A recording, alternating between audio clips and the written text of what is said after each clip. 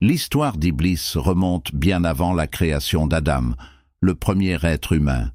Vous découvrirez comment, au départ, Iblis était un jeune djinn capturé par les anges. Puis il devint un être extrêmement pieux, au point que tout le monde l'admirait et lui confia la gestion de la terre. Ce qui rend son histoire fascinante, c'est sa transformation après la création d'Adam, où la jalousie fit de lui l'ennemi de l'humanité. Si vous êtes prêts, plongeons ensemble dans cette histoire, en remontant très loin, avant même la création d'Adam. Allons même plus loin, avant la naissance des djinns. En effet, Allah créa les djinns avant les humains. À cette époque, avant les enfants d'Adam, les djinns régnaient sur la terre. Comme Adam est le premier homme, les djinns ont aussi un ancêtre, le tout premier djinn créé par Allah. Il s'appelait Djan, un nom dérivé de la racine arabe « sen », qui signifie « caché » ou « invisible ». Avant qu'Adam ne soit formé à partir de la terre, Allah créa les premiers djinns à partir d'un feu, capable de pénétrer les pores humains. Au fur et à mesure, les djinns se multiplièrent. Les anges connurent l'existence des djinns, bien qu'ils fussent différents des anges, créés de lumière et dédiés à l'adoration d'Allah. Contrairement à eux, les djinns avaient tendance à se rebeller. Allah leur envoya donc une loi divine les appelant à l'adoration. Un djinn nommé Tanus et ses descendants obéirent et s'engagèrent dans l'adoration. Selon Muhyiddin ibn Arabi, les djinns adorèrent Allah pendant 4020 ans, mais au fil du temps, ils devinrent arrogants et se détournèrent de lui. Allah envoya alors ses anges pour détruire les tribus de djinns égarés, comme il l'avait fait pour de nombreuses civilisations humaines. À chaque destruction, une nouvelle ère commençait. Un autre djinn était chargé d'imposer des lois divines à son peuple. Après 4 cycles de destruction, les djinns restants se dispersèrent, se cachant dans des lieux isolés. Parmi eux, les plus jeunes furent capturés par les anges, et c'est à ce moment que commence l'histoire d'Iblis. Jeune et captif, Iblis fut guidé par les anges et adopta rapidement leur mode de vie. Il consacra son temps à adorer Allah comme les anges. Allah lui permit même de monter dans les cieux avec les anges, et il s'éleva progressivement dans les cieux. Impressionnés par sa dévotion, les anges du 2e ciel demandèrent à Allah la permission de l'accueillir parmi eux, ce qui fut accordé. Il monta encore plus haut, et sa réputation grandit parmi les anges. Un jour, Ridwan, le gardien du paradis, demanda à Allah la permission de faire entrer Iblis au paradis pour que les anges puissent bénéficier de ses enseignements, et Allah accepta. Ainsi, Iblis accéda au paradis, où il avait un cerf en rubis sur le trône divin. Il était si respecté que de nombreux anges se rassemblaient autour de lui pour écouter ses prédications.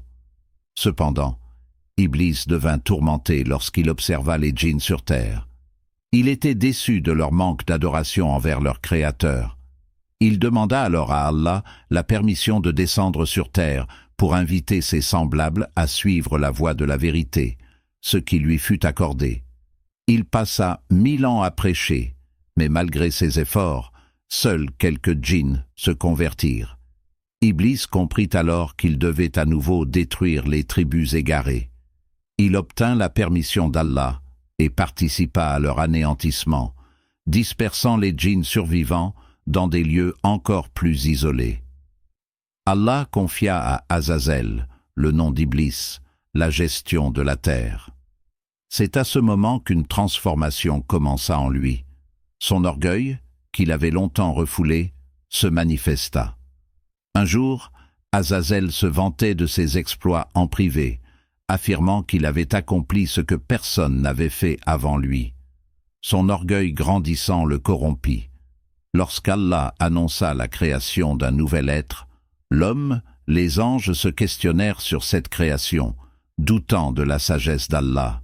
Mais Allah répondit « Je sais ce que vous ne savez pas. » Allah forma Adam, mais il resta inanimé pendant 40 jours. Iblis, plein de jalousie, tourna autour de lui, inspectant son corps, et murmurait des paroles de mépris. Lorsqu'Allah insuffla la vie en Adam et ordonna aux anges de se prosterner, tous obéirent, sauf Iblis, qui refusa avec arrogance. C'était le début de son inimitié avec l'humanité. Allah changea alors son nom d'Azazel à Iblis et le bannit de sa miséricorde. Iblis implora un délai jusqu'au jour du jugement, ce que Allah lui accorda. Il tenta alors de mener l'humanité à sa perte, en cherchant à séduire Adam et Ève. C'est ainsi que sa mission de séduction commença, un chemin qu'il suivit pendant des millénaires.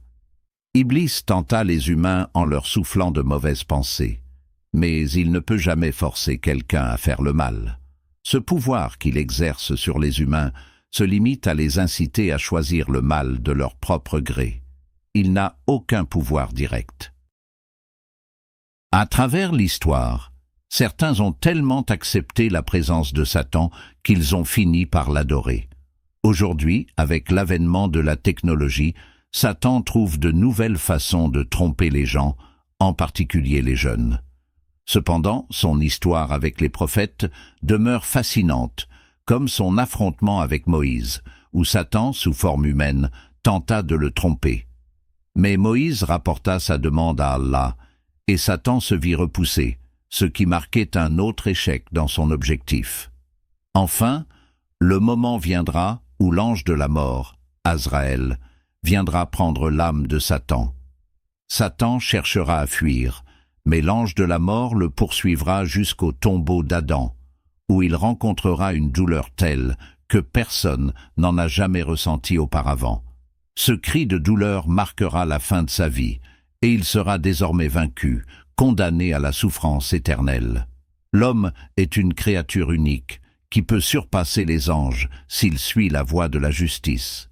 Mais s'il cède à Satan, il peut chuter plus bas que les animaux. Le choix nous appartient.